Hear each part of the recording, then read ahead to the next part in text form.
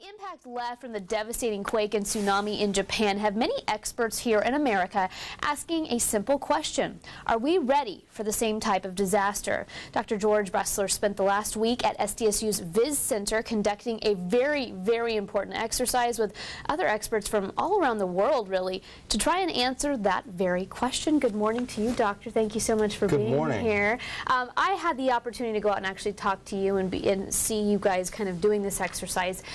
And it was fascinating. I mean, you guys were literally up for 48 hours pretending, or I shouldn't say pretending, but in the middle of an emergency. I mean, how everything would be if and when a major earthquake like this happened, you know. And I think what we need to relay to our viewers at home is what exactly is this exercise and what exactly was the purpose of it? Well, this exercise looked at how do we leverage the power of the web to save lives.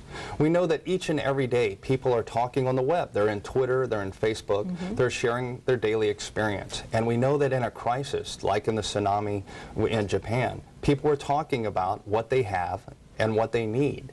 And that's really essential information to first responders. That's the police and the fire who will come and rescue them.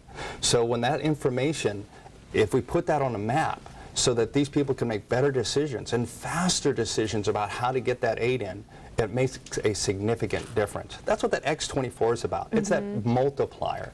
That's what we all are as a community when we work together. And I think it's so fascinating that Twitter and Facebook are becoming that important, not only in our social lives, but really in the situation that something like this happens here. This is what we're going to turn to. So kind of walk us through what was the hypothetical, what exactly happened, what did you guys do exactly? Sure. In this most recent exercise, it was called X24 Europe, we looked at what's the science, what would occur in the Adriatic where if there was an earthquake that created a tsunami, and then as a result of aftershock damage, aftershock from an earthquake, you know, usually there's continuing tremors, what kind of damage would occur?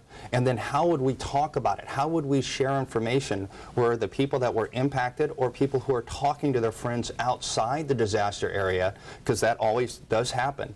How do we share that information? How do we put it on a map so that we can look at it and we can better define there's someone in need here, there's resources there, and how do we get the two together? That's what it's all about.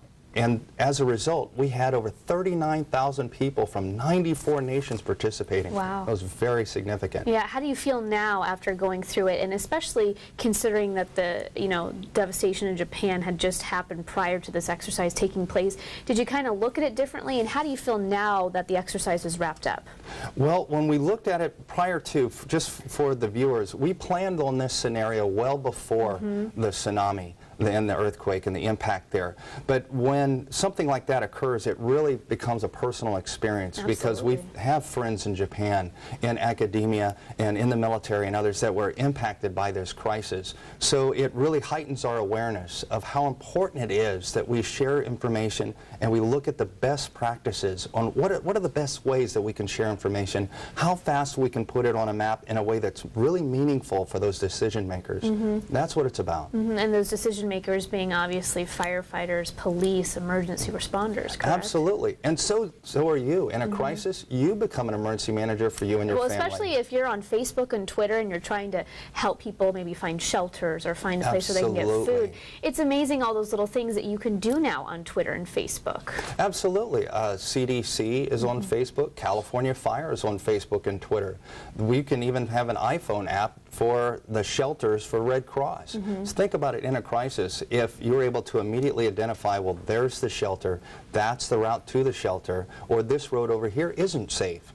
That's the kind of thing that turns you into a workforce multiplier. That's one less person that the firefighters or whoever have to go rescue while you're taking care of your family. I guess my question, and it's probably a question viewers are thinking right now, what do we do though if Twitter and Facebook crash in the event of an emergency? Well, actually it's quite a robust system, the Twitter and Facebook, but we also have to look at other things such as, if you remember the wildfires in '07, we have a lot of systems in place to get like the cell towers up to make sure that we can talk and we can communicate, because when we evacuated people during that crisis, People were on the Twitter and the Facebook. They were SMS texting each other saying, I am okay, or are you okay? Which sometimes is all you need, just to know that one family member is okay. You don't need to talk on the phone, just the, hey mom, dad, I'm okay, or hey brother, hey husband, hey wife, I'm okay. You are absolutely right. Yeah. And that information is really important, because when we can define that, we need, and we can put it on a map, it's something that makes a difference.